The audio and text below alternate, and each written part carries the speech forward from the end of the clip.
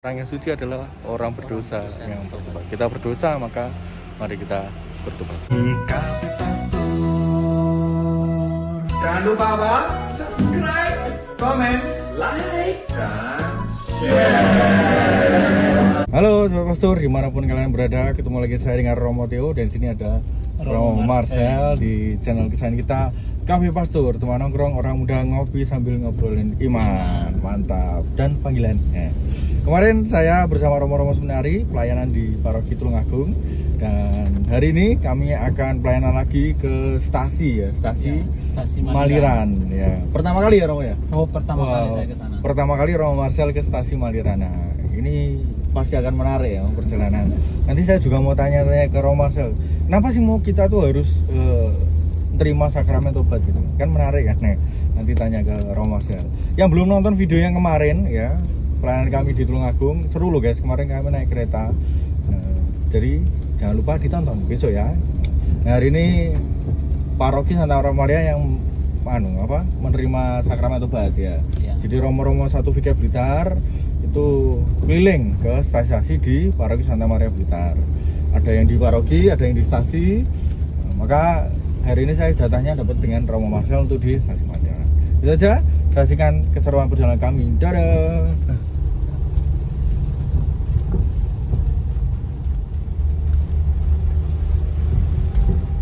Nah, ini sedang di perjalanan, kurang lebih perjalanan sekitar 1 jam ya. 1 jam lah. Dari Seminari ya, tadi saya berangkat jam 4, jam 4 kurang sedikit gitu. Semoga nanti sampai di tempatnya di gereja stasi Maliran tepat waktu ya.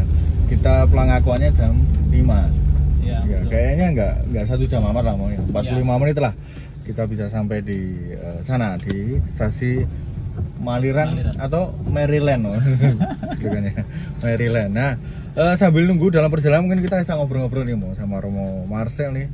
Kenapa sih Mo orang Katolik itu atau umat Katolik itu harus terima pengakuan dosa gitu loh. Tadi ada beberapa pertanyaan yang menarik yang saya lontarkan di Instagram, mungkin bisa juga menambahi ke Romo ya.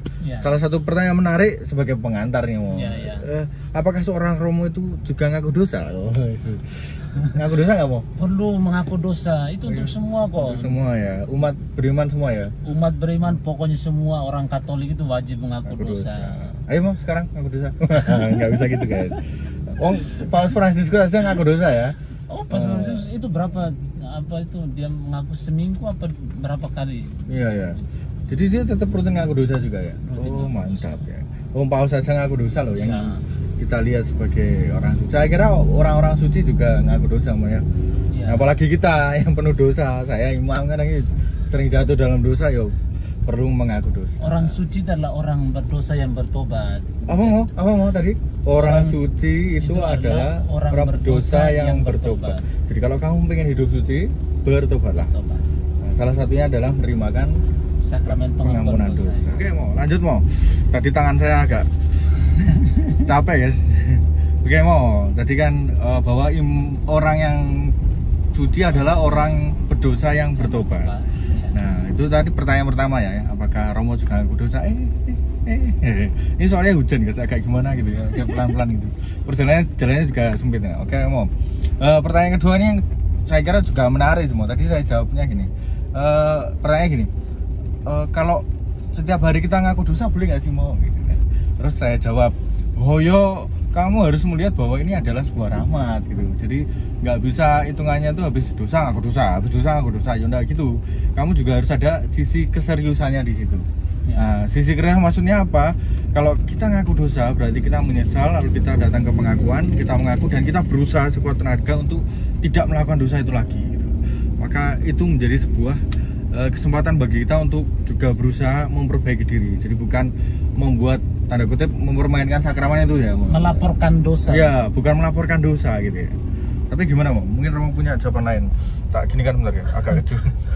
Ya, mengaku dosa itu kan pertama-tama kita harus tahu bahwa kita salah. Iya. Nah, dengan kita salah itu melalui pemeriksaan batin. Makanya sebelum mengaku dosa kan ada ibadat tobat, itu kesempatan kita untuk memeriksa batin. Nah, dari situ kita merasa bersalah, kemudian kita datang minta maaf dong. minta maaf kepada yang kita sakiti, dan pertama-tama kita sakiti itu Tuhan sebenarnya. Nah, saat kita minta maaf dan orang sudah ngampuni, masa kita mau mengulangi lagi? Nah, itu sama saja bahwa kita minta maafnya tidak serius begitu. Jadi sudah minta maaf dan diampuni, ya harus berusaha supaya memperbaiki itu, kalau bisa tidak mengulanginya lagi. Ya itu seperti itu. Dan memang Tuhan itu tidak pernah ngitung dosa kita ya, nggak pernah ngitung dosa, tapi yang Tuhan lihat adalah kemauan kita ya, keseriusan kita untuk terus mengakui dosa kita, dan kita menyadari kelemahan kita di hadapan Allah, dan kita ingin selalu berusaha memperbaiki diri kita di hadapan Allah. Nah, Ro, pertanyaan selanjutnya Mo. Ya. Banyak pertanyaan Mo nih. Ya, enggak apa-apa, sambil ngobrol. Iya, sambil ngobrol, sambil perjalanan menuju ke Maryland. Maliran ya, Maliran. Ini perjalanan kurang berapa menit, Rom? Kita pakai GPS, guys. 12 menit lagi. Soalnya Blitar itu banyak jalan-jalan kecil yang saya kadang juga kalau masuk itu bingung kemana. 12 menit lagi masih ada. Ya, 12 menit lagi lah ya. Satu pertanyaan lagi lah mau ya. Ya. Oke. Ntar saya lihat dulu. Lanjut guys, ini sudah di jalan yang lebih enak lagi. Tadi bergerunjal. Nah, ini sama tangan saya sudah mulai cukup kuat untuk memegang kameranya. Nah, ini pertanyaan selanjutnya Mo. Ya. Nah, sebenarnya apa sih Mo yang harus kita siapkan nih untuk menerima sakramen tobat itu Mo? Apa yang harus kita siapkan nih Mo? Kalau tadi saya jawab ya, yang disiapkan ya dosanya. Dosanya apa? Yang itu yang disiapkan, juga pemeriksaan batin ya. Mungkin Romo juga ada apa sih yang harus disiapkan Mo? Ya, pertama-tama tuh memang kita pemeriksaan batin untuk persiapan diri ya. Pemeriksaan batin supaya kita tahu dosa-dosa kita apa, dan saat kita mengakukan dosa, benar-benar kita melakukan dosa yang menurut kita merasa itu benar-benar kita sesali, dan menjadi kita beban, ya menjadi beban, dan kita akukan.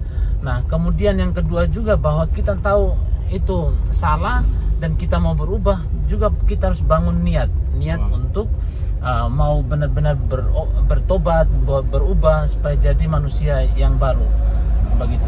Jadi setelah bertobat itu kita menjadi manusia yang baru, kita menjadi kudus sebenarnya ya. Jadi akhirnya kita punya tugas untuk menjaga amanah itu untuk menjaga kekudusan itu sebenarnya ya. Tentu nanti kita bisa jatuh juga dalam dosa, tapi fokus kita itu bukan karena kita akan jatuh lagi dalam dosa, tidak. Bahwa ada dosa kita memperbaiki diri, itu lebih pada proses memperbaiki diri. Karena pertobatan itu apa? Metanoia begitu bahasa Yunaninya, perubahan sikap, perubahan pola pikir seluruh diri kita ke sesuatu yang lebih baik. Dan yang lebih baik itu bukan hanya meninggalkan kesalahan dulu, tapi supaya lebih dekat dengan Tuhan. Begitu. Jadi niat itu dibangun supaya kita berubah dan lebih dekat dengan Tuhan. Oke, mantap. Ini saya sudah semakin kuat megangnya. Ya kira-kira itu ya Romo. Jadi memang sakramen tobat itu sungguh-sungguh membuat kita menjadi sadar ya, untuk juga terus memperbaiki diri. Apakah setelah itu jatuh dalam dosa lagi? Ya mungkin ya. Mungkin sekali, karena kita masih manusia rapuh. Tetapi memang sikap hati kita untuk terus memperbaiki diri itulah itu yang penting. Untuk mau bertobat, metanoia ya. Jadi sungguh-sungguh berbalik bahasanya itu kan, berbalik kembali ya kepada Allah. Nah, apakah dalam mengakukan dosa boleh bawa catatan Romo? Boleh ya Mbak ya? Boleh baca catatan itu untuk membantu kita saja. untuk mengingat dosa-dosa kita. Tapi catatan itu harus dibakar nanti supaya orang lain jangan tahu dosa kita. Habis syarat jangan dibakar guys, atau dibuang lah ya. Paling jangan orang lain tahu dosa. Oh kamu tuh gini. Lalu teman-teman yang perlu diketahui bahwa sakramen tobat itu adalah antara aku ya, Romo dan Allah sendiri. Jadi apapun yang dikatakan di dalam sakramen tobat tidak pernah boleh seorang imam itu mengumbarnya ya. Betul. Di luar itu. Jadi itu makanya disebut sebagai bilik kasih Allah. Nah, ruang kasih Allah. Karena di situ kamu benar-benar bisa merasakan betapa kamu dikasih Allah. Kamu boleh ngomong segala sesuatu kelemahan dirimu di situ ya, keberdosan dirimu. Tanpa takut terbebani bahwa orang lain di luar sana akan bisa mendengar. Enggak. Karena itu sungguh-sungguh rahasia ya. Rahasia. Dan tidak boleh diumbar. Kira-kira itu teman-teman. Jangan pernah takut untuk mengatakan dosa-dosamu, apalagi dosa yang berat, dosa yang membuatmu tidak tenang dalam hidup. Itu perlu dikatakan supaya kamu mendapatkan pengampunan dari Romo. Dan jangan pernah takut bahwa dosamu akan diumbar, karena itu hanya menjadi rahasia imam dan akan Allah sendiri yang tahu. Toh Allah sendiri sebenarnya sudah tahu ya isi hati kita terdalam ya. Jadi kita perlu mengakukan saja dosa kita.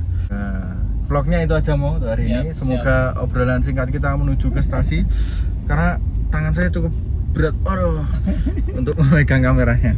Oke, obrolan kita ke stasi, semoga teman-teman senantiasa diberkati Tuhan di dalam menyiapkan Natal. Bukan hanya soal perayaannya saja, tapi sungguh-sungguh bagaimana perayaan Natal bisa menumbuhkan iman ya. Sukacita di dalam hatimu bisa juga mengubah hidupmu menjadi lebih baik lagi, dan hatimu sudah siap nih untuk menyambut kedatangan Tuhan. Kalau kemarin saya analogikan seperti rumah ya mau. Kalau rumah ya, rumah nggak pernah disapu, nggak dipel ya, lama-lama kan kotor ya. Kotor, betul. Tapi kalau rumah setiap hari disapu, pel, dibersihkan ya, kita siap menerima kapanpun orang datang ke rumah kita. Seperti halnya hati kita, kalau kita setiap hari menyucikan, membersihkan hati kita dalam ekaristi, di dalam perbuatan-perbuatan yang seturut dengan kehendak Tuhan, itu menjadi kesempatan bagi kita untuk memurnikan hati kita, menyiapkan hati kita, supaya kapanpun Tuhan datang kita sudah siap. Ini dia guys, stasinya, stasi Maliran. Mundur ya? Oh, depan ini bisa? Bisa. Nah, ini dia stasi Maliran, mantap, Maryland.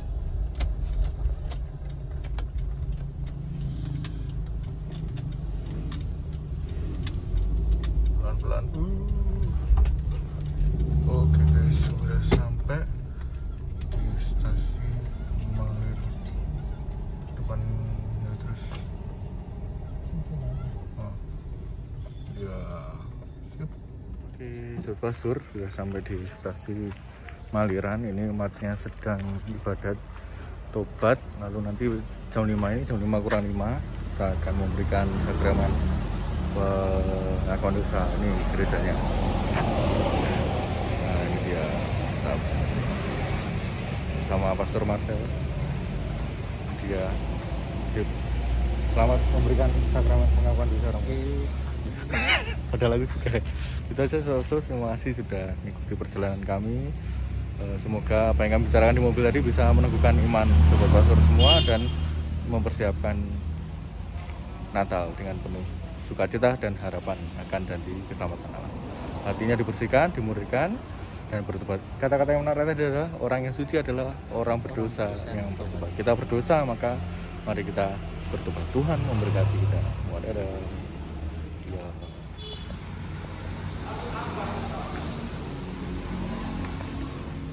Mereka mendapati Yesus.